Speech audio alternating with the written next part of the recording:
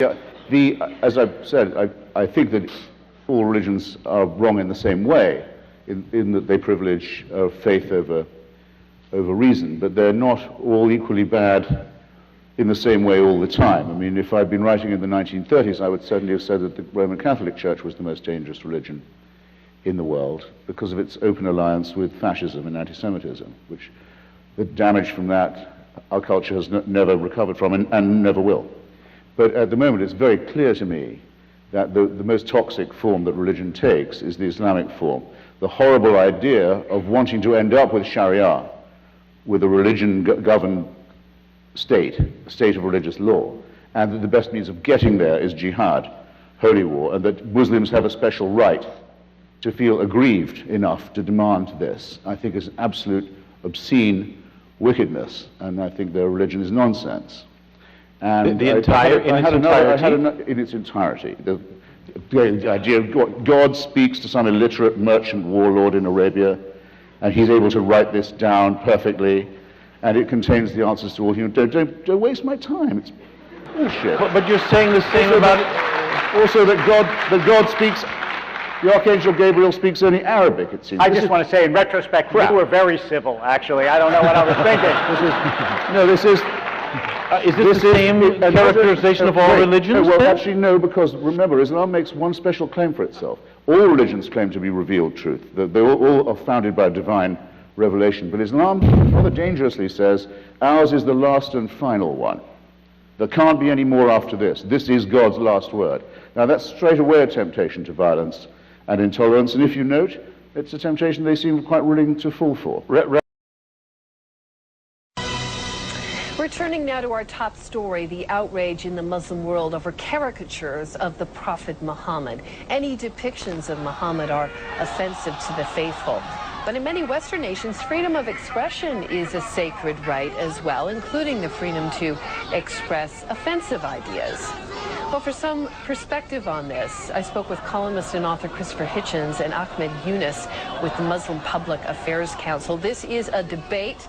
They do not pull any punches. And we began by talking about the decision of many media outlets, including CNN, to pixelate the images of Muhammad. Now, I know, as well as you do, that you have not done that in order to avoid sparing the hurt feelings of my fellow guest. You've done it because you're afraid of retaliation and of intimidation.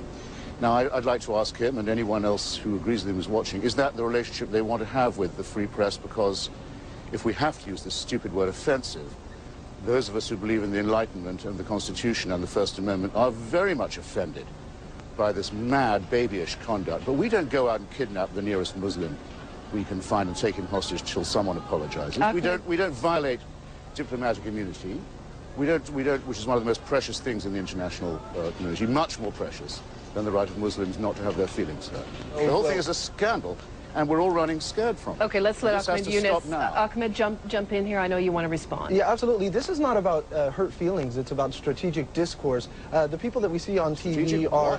well, hold on, Christopher. The people that we see on TV are less than 1% of the Muslim masses. The gravamen of the discussion here is the vast majority of Muslim moderates that are offended from their role in a post-9/11 and in a conflict-oriented situation, which is at the apex of counterterrorism, at the apex of an engagement of a discussion of hearts and minds. Of course, freedom of expression stands, and no one is asking the Danish government to stifle expression. But yes, freedom of expression, yes, hold on, Christopher, freedom of expression and the responsibilities of discussion, the responsibilities of those with power and privilege to ensure that there is comity between different groups, a belated response by the government, and then a continuing of republishing and reprinting these cartoons. We have freedom of expression here in the United States, but the president and the major media have chosen not to engage. The Pope believes in freedom of expression, but he has condemned these cartoons. No, it's about strategic... Christopher, I want to let Christopher in here. Christopher, I mean, what is this babble? The State Department has said that it apologizes and thinks these things are offensive, and it's done so without, as far as I know, any permission from the American people to say that we take that view. I'm glad to hear you say it's only 1% of the Muslim world that takes this opinion. In that case, why are we treating the leaders of these lynch mobs and bullying gangs as if they were representative of your religion? That's a very good question. And why is it that we can't get condemnation so easily, or at all, when, for example, Shia mosques and funeral processions in Iraq are blown up by Muslim fascists? Christopher, Isn't that vast sacrilege majority, to you? Ahmed Yunus, jump in. The vast majority of Muslims condemn attacks on Shia communities, condemn attacks on Christian communities in Muslim countries. Name one. The Council on American-Islamic Relations sent a delegation to Iraq to try to release Jill Carroll. We have done the same with Margaret Hassan. We engage continuously. Hostage trading. We were against the Taliban. Okay, wait a minute. I want to jump in here for both of you. Christopher, hang on. Groups in America Christopher, I got to jump in here because the point is made here, and this comes up over and over again, that when we talk about the most radical of Muslims, they're the ones who get the attention. The whole of the faith gets painted with this brush by the kinds of pictures we're showing today of burning buildings. As awful as it is there a fair point being made here that this clearly is not representative? Absolutely, and if we look at Christopher, please. Well, that's for Muslims to decide. If they want to condemn this, they can, but actually a lot of Muslim governments have instead, and authorities, have instead joined the condemnation of the cartoons and urged the Danish government to bring pressure on the free press in Denmark. Because it's absolutely outrageous. They are opportunists, state actors and non-state actors that are taking this opportunity to pursue their ends is a different discussion. What we are discussing now is why would we offend the very identity of 1.2 billion people who are needed for us to end this era? No, that's not the question. That's not the question at all.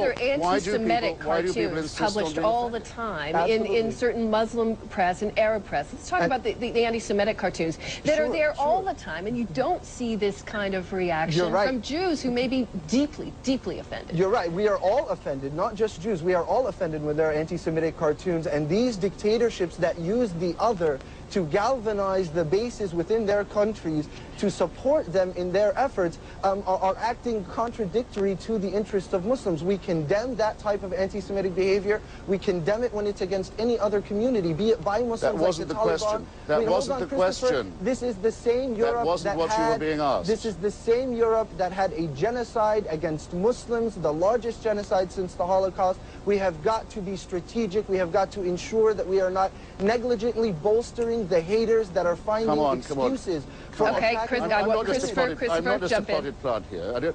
He wasn't asked that question. He was asked why, when Jewish people or Christians, or the largest, in my opinion, the most important group in the world, those of us who don't believe in religion and claim the rights of the Enlightenment, when we're offended, you were asked, why don't we take the occasion to go and set fire to embassies of democratic countries or kidnap civilians? That's what you're being asked. And you're still claiming Muslims have a special right to be offended. And that is very offensive indeed. Absolutely not. I am claiming that Muslims have an equal right to find human dignity in the way that they are treated in society. And Christopher, if you feel that there is an attack against you, you have the right to respond. That is the same freedom of speech that you're saying. The Muslims around the world... Without your permission, with your interruption, that's what I'm doing now. Okay, gentlemen, time out here for a second. Time out. Christopher, I want to go back to the first point you made, and that is, how newspapers and news organizations make their decisions about this. And you mentioned, CNN's decision to pixelate these. You're right. I mean, partly based on fear of reprisals against our staff, but also partly based on fear of offending. And I want to put it to you this way. I mean, do non-Muslims have any obligation, in your view, to be respectful of this aspect of the Muslim faith and to make an extra effort not to offend? Look, I'm not asking for the right to slaughter a pig in a mosque or to defecate on a Quran or anything of this kind. I am saying that religion makes very large claims for itself.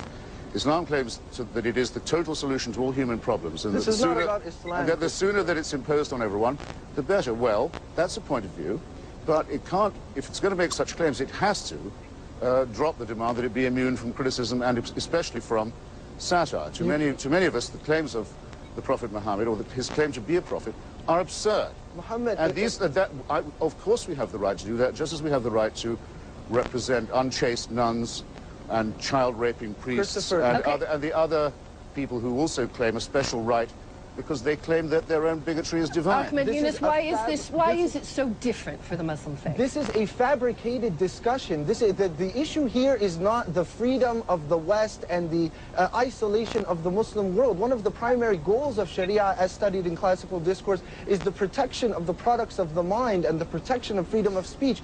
That's not what we are addressing. We are not asking anyone to follow Islamic law. No one in the world is saying that there should be an inhibition against this type of speech. But what we're saying is those with the ability to move discussions forward for peace, forward for an ability to see each other, they have a responsibility to act. It is not babble, Christopher Hitchens. Babble. This is not the first time. These types of cartoons. This isn't the first time. These types of The cartoons. religious leader of Islam called for the murder in his own name for money of a novelist living in England who wasn't a Muslim. Who is this religious leader of Islam? We are Muslims, sir. We all represent ourselves.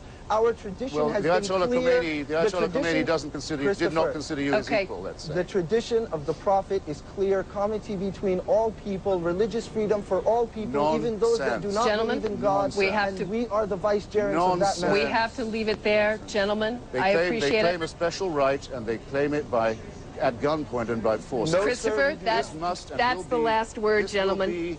Christopher Hitchens and Ahmed Yunus. Offensive. Both of you, it's been spirited, it's been interesting, and it's going to continue. That much is to be sure. Thank you both for being here. Well, don't waste my time. It's bullshit. But you're... Christopher, fear isn't exactly the same thing as hate.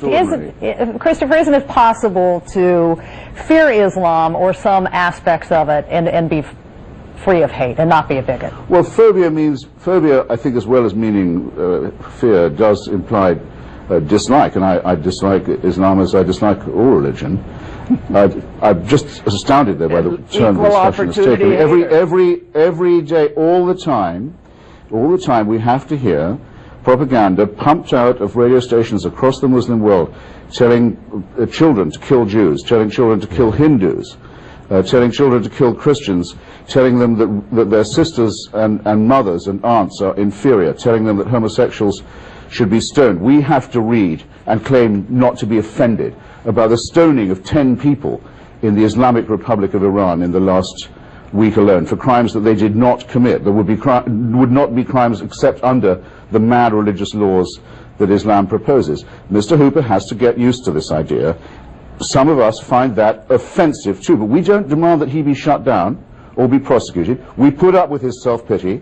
We put up with his rantings and his distortions because we believe in the First Amendment. All we ask in return is that he upholds. All we demand in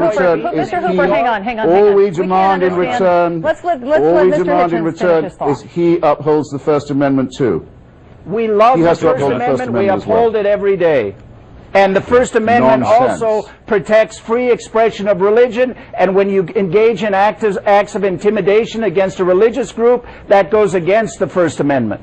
Dennis Prager, you get the last word tonight. You haven't read, you have neither read nor understood. I'd like to ask, Mr. Hooper said that he welcomes criticism of Islam. Can one say that women, as a rule, are treated better in the Western world than the Islamic world? Is one who says that, is that person an Islamophobe?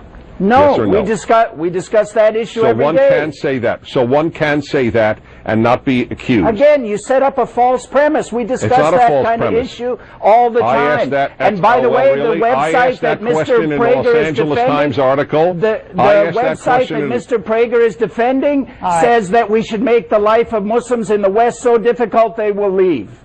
Gentlemen, I've got to leave it there. That I don't agree with. I do not agree with that sentence. Well, then tell Mr. Spencer that. I wish we had more time to continue this, but we don't. Christopher Hitchens, Ibrahim Hooper, Dennis Prager, thank you all. Thank you. Well, don't waste my time. It's bullshit.